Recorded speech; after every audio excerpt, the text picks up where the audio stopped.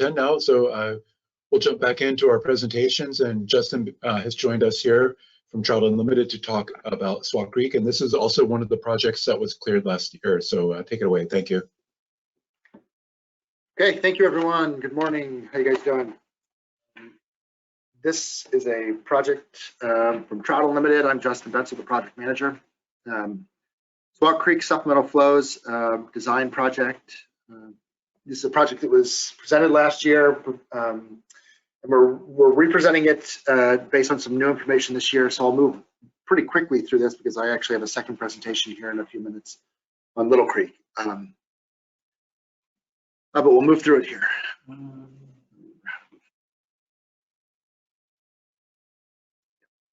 Okay, so the project area map on the left side of your screen is a general location map. You see Clay Elm over there on the left side, Ellensburg, and the Swauk Valley. And the area we're really focusing on, the red square there, is located about halfway in between, maybe a little more towards Clay Elm than Ellensburg, in the upper Yakima River subbasin.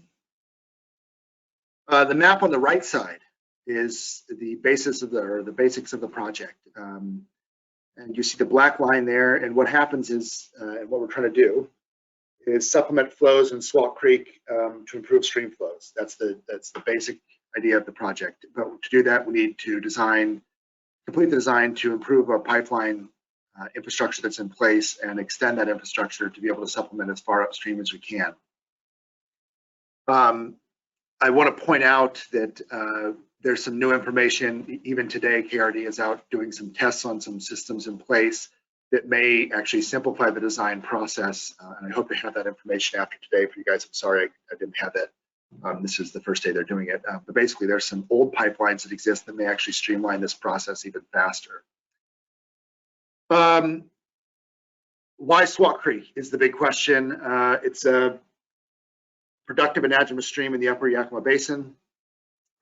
It allows us to use some lessons learned from other projects to achieve some significant improvements in Swauk Creek flows and water quality. So the big deal here is it's water quantity and water quality.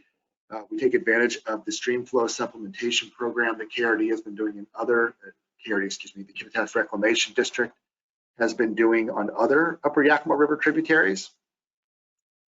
So we're able to, once we get the design and implementation in, we're able to deliver water to Swauk Creek that addresses water shortages that are the result of long-term issues with the subbasin, forestry practices, land use practices, the fact that it has a highway dividing it, the fact that there's very limited beaver activity in the basin, but it still has some high-quality habitat and water quality in the headwaters.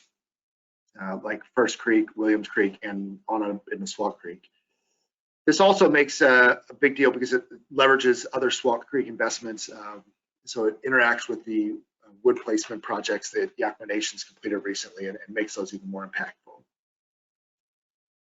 Design goals have not changed since last year. They're the same: increase flows, improve habitat for ESA threatened steelhead and bull trout, coho spring chinook, lamprey and resin trout.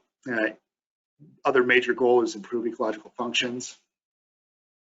The objectives, the objective is to produce a preliminary design for a pipe that would deliver water 1.6 miles upstream, and then do a conceptual design from 1.6 miles to about 2.7 miles upstream.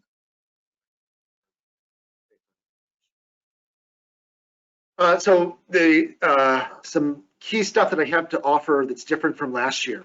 One of the limiting factors in Swauk is water quality, which is directly associated with water quantity because the flows get really low, and I'll show you a slide on that in a second. But what we see here is this is temperature monitoring during the summer 2020 and 2021. You see that red line is considered a critical threshold for fish in Swauk Creek. It's about 22 degrees Celsius. I think I put 23 up there, but it's about 22 degrees Celsius. And you see basically from mid-July to mid-August or so, at least a full month, if not longer, the lower end of Swauk Creek gets really warm.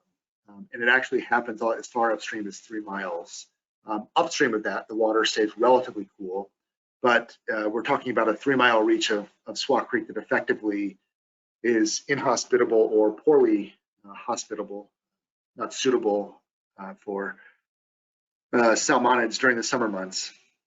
That's 2021 and 2020. Similar results. Maybe it drops a little lower at points during the summer if there's a rainstorm or something, but it's not a great condition in that lower 3 miles of Swauk Creek. That happens because the flow drops below 5 CFS realistically sometime in mid-July and extends through September into October. This is flow data from 2021. The upper side is about 3 miles upstream. The lower site is at about stream mile.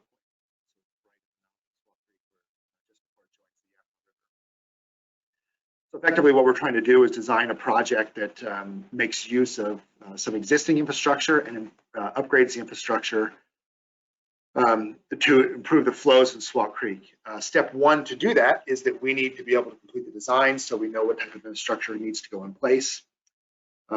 Requests for infrastructure funding have actually been made through KRD, the Kidderminster Reclamation District, as part of the infrastructure bill that just passed through Congress a month or two ago and was signed by President Biden. So effectively what we're trying to do is get the designs done so that when the money becomes available to actually implement the project, we can jump quickly. Another big piece of information for this year is that WDFW, Washington Department of Fish and Wildlife, is actually, they're evaluating the fish habitat that's in place and doing a flow relationship study, the PHAB Sim. So they're going to be able to give us a really clear indication or model some results that tell us how much water makes a difference and what type of difference it makes in Swauk Creek. You know, in the past, I believe I suggested that maybe 10 CFS was a flow target or a flow objective we might try to meet. The results from the WDFW study this summer, the PHAB Sim, will really help inform how much water we want to put in Swauk Creek.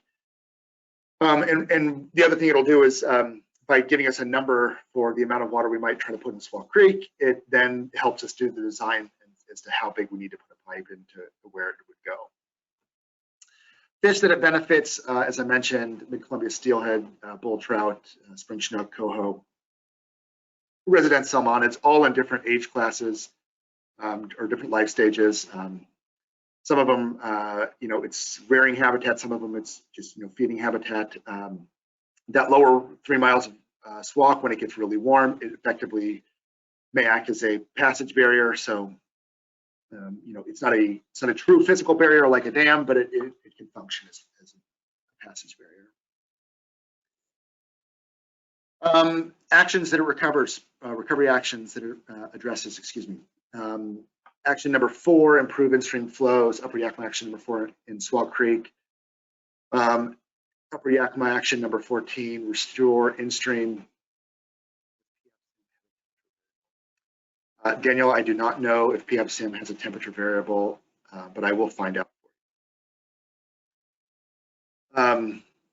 It restores in-stream flow, floodplain habitat complexity in Swauk Creek, basically reconnects or connects to a bunch of the work that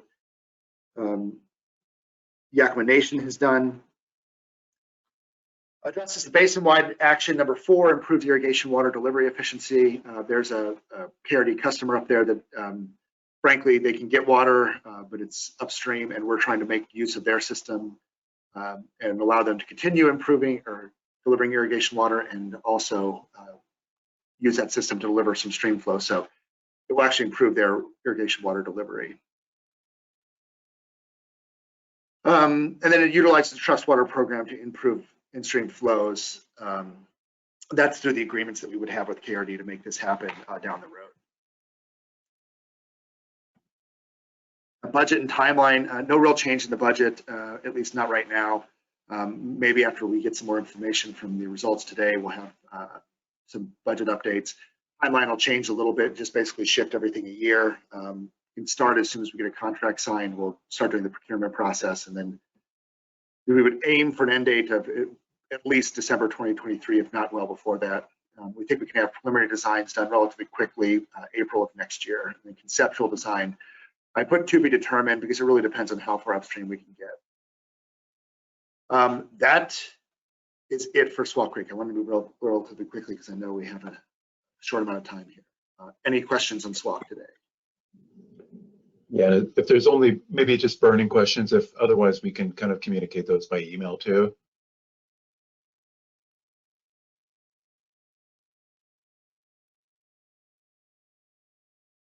See, Danielle has a burning question, and Sean. So if I could go real quick, and this is just because would be hard to communicate this over email. So one of the things that I kind of consistently see is that like PHAB Sim's a habitat use model, but then the trait that we're indicating in Swauk Creek that is the limiting factor is water quality, specifically temperature. And I just want to make sure that we're reconciling the fact that if PHAB Sims does not have a temperature component, that you're also looking at the amount of water that would be needed in order to potentially reduce temperature. So that's all I have to say. So are you, I guess is my question. The short answer is yes. There's actually another study that we have, and I believe I left the results in there. I don't know. I'll have to double check. It's called the W3T model, and I believe we looked at that in terms of how much water it takes to cool the existing water. And so, yes, we are. And the other thing is that the KRD water, when the stream is 22 degrees, the KRD water, I believe, I have to give it Fahrenheit, is if the stream is 70, I think KRD water is coming down the canal at about 62 to 64 degrees. And so there's a temperature difference of 5 to 6 degrees between the stream being warmer and KRD canal water being cooler. Perfect, thank you. John also had a comment. Yeah, so thank you, Justin, for showing us that there is some new information since we were considering this last year. My comment then is mainly for, I guess, for all the sponsors, and so I guess I'll direct this really to Michael at this point, since all the sponsors aren't here. Because of how long it takes to evaluate and score these applications, when we get the same application the second year, at least in the tag, what we've typically done is we say, is there anything different about this? So if not, we typically just use the same score, or we'll revisit what's new and change those parts of the score. So my request to Michael is to let's ask the sponsors to put everything that's new on these 4 or 5 projects that are from last year, to put all the new info in one spot. I think that it'll give them kind of make sure that any new information is not kind of missed by the tag as we try and streamline the review of these projects we've seen twice. That same thing would go like for Margaret's project that we saw earlier and some others. Yeah, I'll note that for next time. Thank you. Yeah, Sean, I can. I'll make a point of that. Somehow in the application, I'll clump it together and make it clear that it's new information. Appreciate that. Any other questions? If not, I'll move on to Little Creek. Thank you.